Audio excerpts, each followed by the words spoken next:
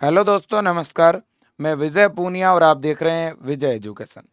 आज बच्चों हम बात करने वाले हैं नीट 2024 का जो अभी रिजल्ट आया है, जो एनटीए ने अभी रिजल्ट जारी किया है।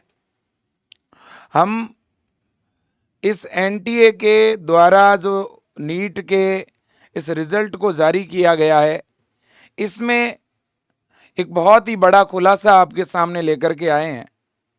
जो कमियां आज अभिभावक और बच्चे देख पा रहे हैं इस रिजल्ट में, इस रिजल्ट पर जिस तरह से पूरे देश के अंदर बच्चों में इस रिजल्ट को देखने के बाद रोष है, और बहुत सारे बच्चे हैं जो इस रिजल्ट को देखने के बाद डिप्रेस है, गार्जियन भी और यहां तक टीचर भी, कि भाई हुआ क्या है, आखिरकार इस तरह से रैंक कैसे जो है वो बदल गई, और इतने जो हाई स्कोर है वो किस तरह से आ गया, जबकि कोई सोच ही नहीं रहा था। नॉर्मल ये लोग सोच रहे थे कि 630 पर तो मेरा हो ही जाएगा।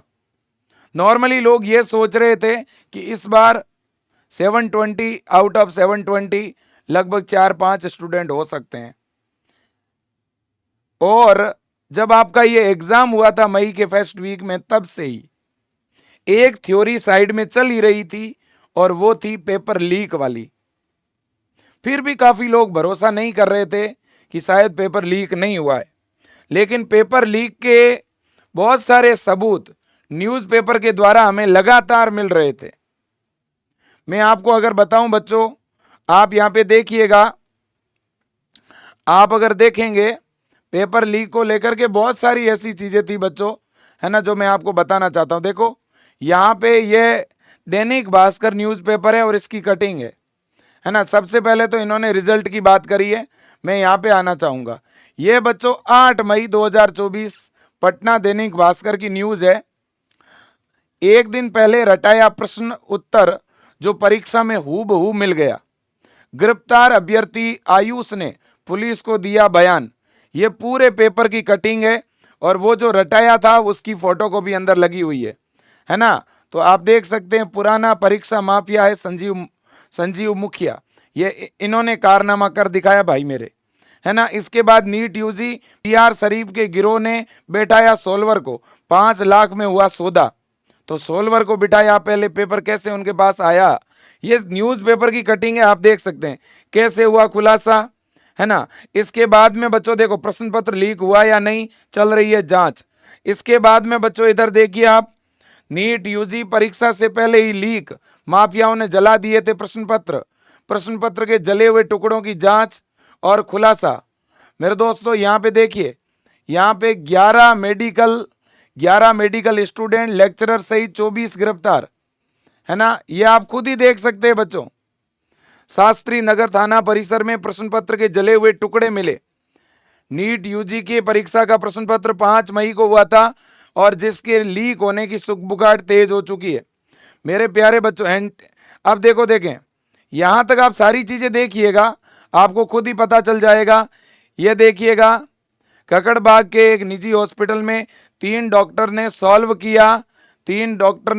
किया था नीट का पेपर। अब जब उन्होंने सॉल्व किया कैसे, पहले उनके पास पेपर आया तभी तो सॉल्व किया होगा ना। तो भाई साहब जब ये चीजें पहले से ही चल रही थी तो लोगों को शक था कि इस बार कुछ ना कुछ गड़बड़ जरूर हुआ है, और अब वो शक जो है वो हकीकत में बदल चुका है। और ये सारी न्यूज है जो बहुत सारे लोगों के सामने चुनाव के मद्देनजर आई ही नहीं, है ना, या बहुत सारे न्यूज़पेपर ने इस न्यूज को दिखाया ही नहीं। मैं तो थैंक यू बोलना चाहता हूं उन तमाम न्यूज चैनल्स का और न्यूज़पेपर का जिन्होंने इस मुद्दे को उठाया। आज पूरे नेशनल मीडिया के अंदर अभी प्रेजेंट कंडीशन ये है कि कोई इस नीट के रिजल्ट पे चर्चा तक नहीं कर रहा है। कितनी शर्म की बात है, क्या मीडिया को चर्चा नहीं करनी चाहिए क्या? वास्तव में कुछ न कुछ गड़बड़ी तो जरूर हुई है। अगर गड़बड़ी नहीं होती तो ये चीजें पहले आ जानी चाहिए थी। पहले किसी ने क्लेम कैसे नहीं किया कि एआईआर जो है 70 कैंडिडेट है, 67 है, किसी ने क्लेम नहीं किया। इसका मतलब यह हुआ कि कुछ न कुछ गड़बड़ जरूर हुआ है ना। अब मेरे प्यारे बच्चों, इसको लेकर के जब तक जांच ही नहीं होगी तब तक तो भाई साहब खुलासा नहीं होगा। ये न्यूज क्या बयां करती है आप देख ही लो खुद ही। है ना। अब जब अभी तक इसकी जांच ही कंप्लीट नहीं हुई है और पहले ही इन्होंने रिजल्ट कैसे जारी कर दिया ये समझ नहीं आ रहा, है ना। मैं कुछ चीजें आपको पहले दिखाता हूं, स्टेप बाय स्टेप हम चर्चा करते हुए आगे बढ़ेंगे, है ना। प्यारे बच्चों यहां पे आप देखना, देखें यहां पे आप देखो AIR1 जिनकी फर्स्ट रैंक आई है इंडिया में, टोटल 67 कैंडिडेट हैं।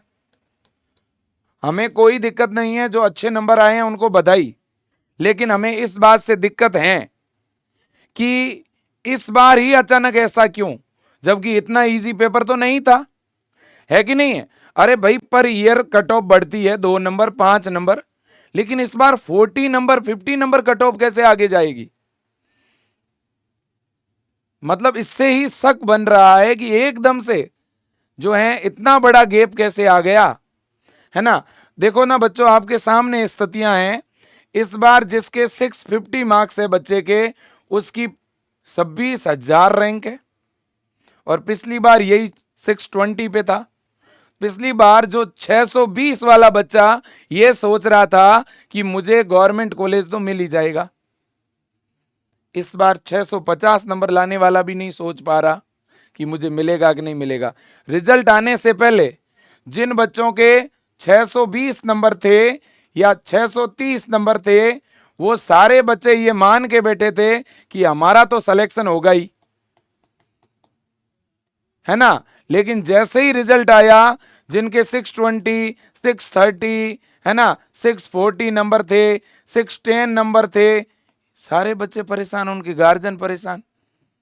यहां तक कि जो तैयारी करने वाले बच्चे हैं उनको भी डाउट हुआ कि भाई साहब जब इतने नंबर आ गए, है ना, 660 नंबर लाने वाले बच्चे की 21,000 रैंक है, इसका मतलब तो यह हुआ कि जनरल की जो कट ऑफ है वो तो 660 से भी ऊपर जाएगी, 660 से नीचे तो फिर कॉलेज ही नहीं मिलेगा। यही हुआ ना।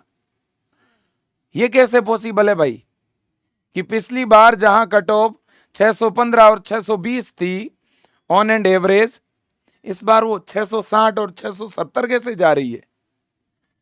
अरे भाई साहब 690 तक तो बच्चे ये सोच रहे थे कि हमें एम्स मिलेगा, हमारी 500 या 1000 के अंदर रैंक आएगी। आज स्थिति ये हो गई, है ना, आप खुद ही देखो, 700 से ऊपर नंबर लाने वाले बच्चे 2000 है।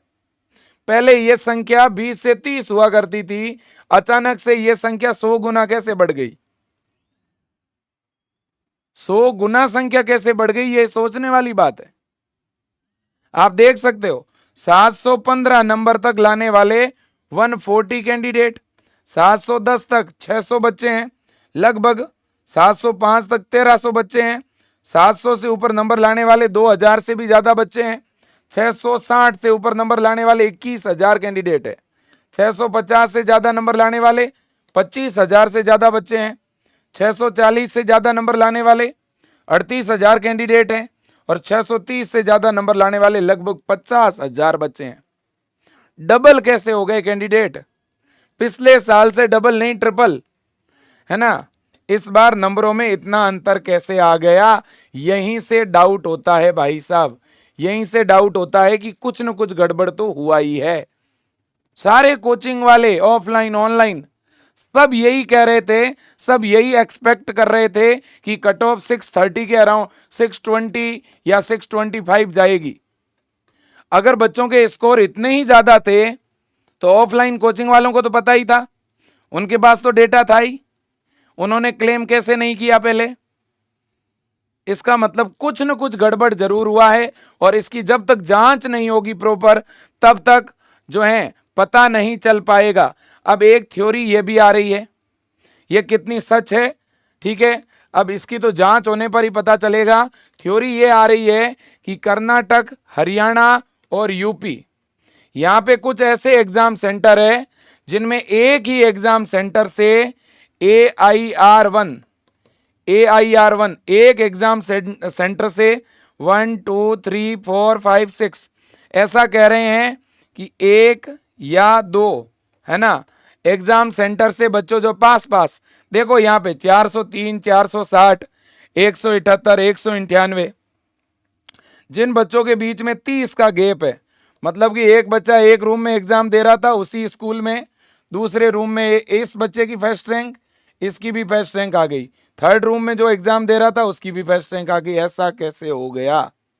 ये तो भाई साहब शक तो हो ही रहा है ना। कर्नाटक में भी ऐसा बता रहे हैं कि जो है एक ही एग्जाम सेंटर पे जो है बच्चों के टॉप रैंक आई है। यूपी में भी ऐसा बता रहे हैं कि कुछ एग्जाम सेंटर ऐसे थे जहां से फर्स्ट रैंक आई है ना। फर्स्ट रैंक आई है, अच्छी बात है, बधाई।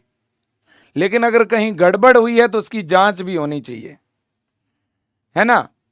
और यहां पे मैं तो कहना चाहता हूं जो AIR फर्स्ट है, जो AIR 1 है, जिनकी भी आई है, उन बच्चों को भी सामने आना चाहिए और बताना चाहिए कि आपने कहां से तैयारी की, कैसे तैयारी की और आखिरकार इन आरोपों में क्या सच्चाई है। अब देखिएगा, मैं नेक्स्ट पॉइंट की तरफ जाना चाहूंगा। नेक्स्ट पॉइंट, एक और विवाद चल रहा है 718 और 719 नंबर वाला। क्योंकि नीट के अंदर आपको पता है कि एक क्वेश्चन 4 नंबर का होता है ना। तो एक बच्चा अगर उसके सारे क्वेश्चन सही होते हैं तब तो 720 नंबर आते हैं, और अगर एक क्वेश्चन गलत हो जाता है तो फिर सीधे 4 नंबर कम होते हैं, है कि नहीं है? 3 नंबर कम होते हैं मेरे प्यारे बच्चों, 5 नंबर कम होते हैं मेरे प्यारे बच्चों। ये कैसे हो गया? ये 718 और 719 नंबर कुछ बच्चों के आए हैं, वो कैसे आए? तो इस पर भी एनटीए ने कुछ बोला है कि ये हमने ग्रेस मार्क दिया है बच्चों को। कुछ बच्चों को एग्जाम सेंटर में पेपर लेट दिया गया था और वो कोर्ट चले गए और कोर्ट की ऑर्डर की वजह से हमने ग्रेस मार्क दिया। तो अब ग्रेस मार्क का आपका क्या फॉर्मूला है भाई, ये तो बताओ। कितने बच्चों को आपने ग्रेस दिया, उनके कुछ नंबर तो बताओ। कहीं ऐसा तो नहीं हुआ है कि ग्रेस मार्क वाले मामले में ही फर्जीवाड़ा हुआ हो, कि कुछ लोगों ने क्लेम कर दिया हो और इनकी संख्या हजारों में हो? ऐसा भी तो हो सकता है। अरे भाई, ग्रेस मार्क आपने कितने बच्चों को दिया? 1000 को दिया, 5000 को दिया, 50 को दिया? ये तो जानने का हक है ना बच्चों को। आपने कितनों बच्चों को ग्रेस मार्क दिया? कितने ग्रेस मार्क दिए? कहीं ऐसा तो नहीं हो गया कि हजारों बच्चों को ग्रेस मार्क देके आपने तो उनको कर दिया, पुश कर दिया? बाकी बेचारे जो पढ़ने वाले बच्चे थे, गांव के किसान परिवार के, जो 5 साल से कोचिंग कर रहे थे, 3 साल से कोचिंग कर रहे थे, जिन्हें ये लग रहा था कि आज इस बार तो 630 आ गए, 640 आ गए, इस बार तो कॉलेज मिल ही जाएगा, उनकी तो उम्मीदों पे पानी फिर गया ना। वो तो रूम छोड़ करके, कोचिंग छोड़ करके घर पे आके आश्वस्त होकर के बैठ गए थे कि हाँ ये बच्चा डॉक्टर बन गया। घर वाले सेलिब्रेट कर चुके हैं। अरे भाई, क्यों नहीं सेलिब्रेट करेंगे? जिस बच्चे के 640 नंबर थे, घर वाले उसे बधाई दे चुके हैं, रिश्तेदार बधाई दे चुके हैं कि बेटा बहुत बढ़िया 640 लाया है, कॉलेज मिल रहा है तुझे। तो अब वो बच्चा कैसे फेस करेगा, आप बताइए। देखें, अब उस बच्चे के जब रैंक आती है 30,000 के अराउंड, 40,000 के अराउंड, वो बच्चा कैसे फेस करेगा? जिसको ये लग रहा था कि मेरी रैंक 5,000 के आसपास आएगी या 6,000 के आसपास आएगी, वो बच्चा अब कैसे फेस कर पाएगा? बताइए, देखें, है ना। अब देखिए मेरे प्यारे बच्चों, तो ये गड़बड़ी हुई है। हो सकता है ना, ये तो 718 719 वाला थ्योरम है। ऐसा भी तो हो सकता है ना, आपने कितने ही बच्चों को ग्रेस दे दिया हो, या कुछ लोगों ने ग्रेस मार्क्स लेने के लिए गलत तरीका यूज किया हो। इसमें भी तो फर्जीवाड़ा हो सकता है ना। इसमें एनटीए ने क्या कोई जांच की? भाई कुछ इंटरनल जांच तो करनी पड़ेगी ना, है ना। आपने कुछ सबूत तो दिए होंगे कोर्ट में, या बच्चों ने जो है बच्चे कोर्ट में गए, ऑर्डर लेके आए और आपने तुरंत जो है नंबर दे दिए? क्या आपने वहां पर फेवर रखा? क्या आपने वहां पर सेंटर के जो सुप्रीडेंट थे उनको बुलाया? क्या हकीकत में वहां कुछ ऐसा हुआ था क्या, टाइम वाला इश्यू, है ना। ये तो अपने आप में मतलब एक इस तरह की बात होगी, मजाक हो गई एक तरह से, ठीक है ना। इसके बाद अभी जांच चल रही है, तो इतना जल्दी क्या था भाई रिजल्ट जारी करने का? जब ये डेट लगभग बताई जा रही थी कि 14 जून के आसपास रिजल्ट आएगा, आपने 2 दिन पहले तो जो है आंसर की के ऊपर जो है ऑब्जेक्शन मांगे हैं। तो आपने एक ही दिन में कैसे ये रैंक वगैरह बना करके और रिजल्ट तैयार कर दिया? इतना जल्दी तो एनटीए कभी नहीं करता। आपने सिलेबस जारी करने में बहुत महीने लगा दिए, तो आप इतना जल्दी कैसे कर रहे हो? और वो भी उसी दिन जिस दिन इलेक्शन के रिजल्ट आ रहे थे, जो कि बिना सूचना, बिना किसी अपडेट,